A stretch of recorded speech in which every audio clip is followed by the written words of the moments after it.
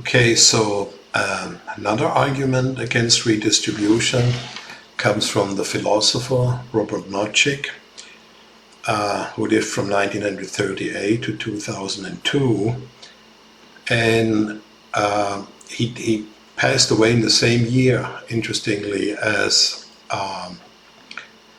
John Rawls. And both Robert Nozick and John Rawls, they were also a little bit on the opposite spectrum of how people can think about redistribution.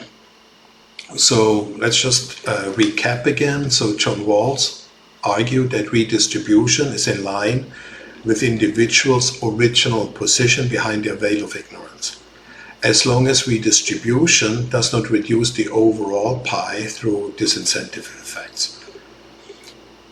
And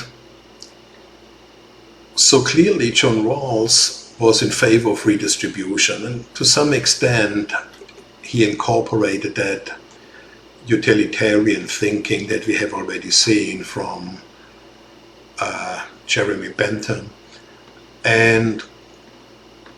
But Nozick argues that what matters is not how much income inequality we have, but how inequality comes all about. And what matters is that people engage in voluntary trades, and whatever is the result of voluntary exchange, that is just and doesn't require any thoughts about redistribution. The only thing that matters is that people can exchange or can engage in voluntary exchanges.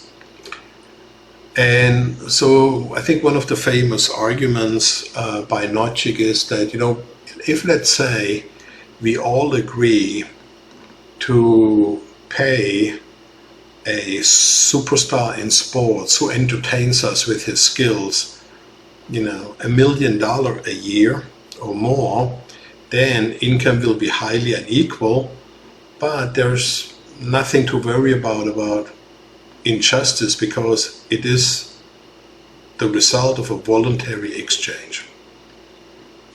So in other words, Nozick emphasizes that redistribution is a superfluous argument. It is irrelevant. The only thing that matters is what he called libertarian justice, which is that people should just focus on voluntary exchange. Everything that's voluntarily agreed upon, that is just and does not require any redistribution. Of course, the counter argument would be that, let's say, you go to a country which is extremely poor, and let's say in those countries, many women are technically forced into prostitution because they are so poor, and let's say that's the only way to make an income. Well, those women get abused, and we have data on that. And the question now is, the women, out of their poverty, but within a given context of poverty, they will engage voluntarily, maybe in prostitution. But if they, were empowered more in the sense of John Rawls, they probably would prefer not to prostitute themselves. So there is an ethical limit to, at least in my opinion, to Nozick's argument, to say everything which is based on voluntary exchange is legitimate, because one could argue and say that poverty and external circumstances force you to engage in voluntary exchange that you wouldn't do under circumstances in which you had more economic opportunities. So an investment in poverty reduction and social mobility, creates different voluntary exchanges that are ethically maybe less controversial than voluntary exchanges in extreme poverty. So that's what you can think about it.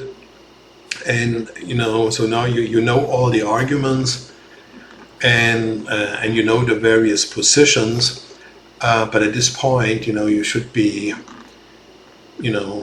informed enough to make your own informed decision, but you definitely know now the main arguments that are relevant in this regard.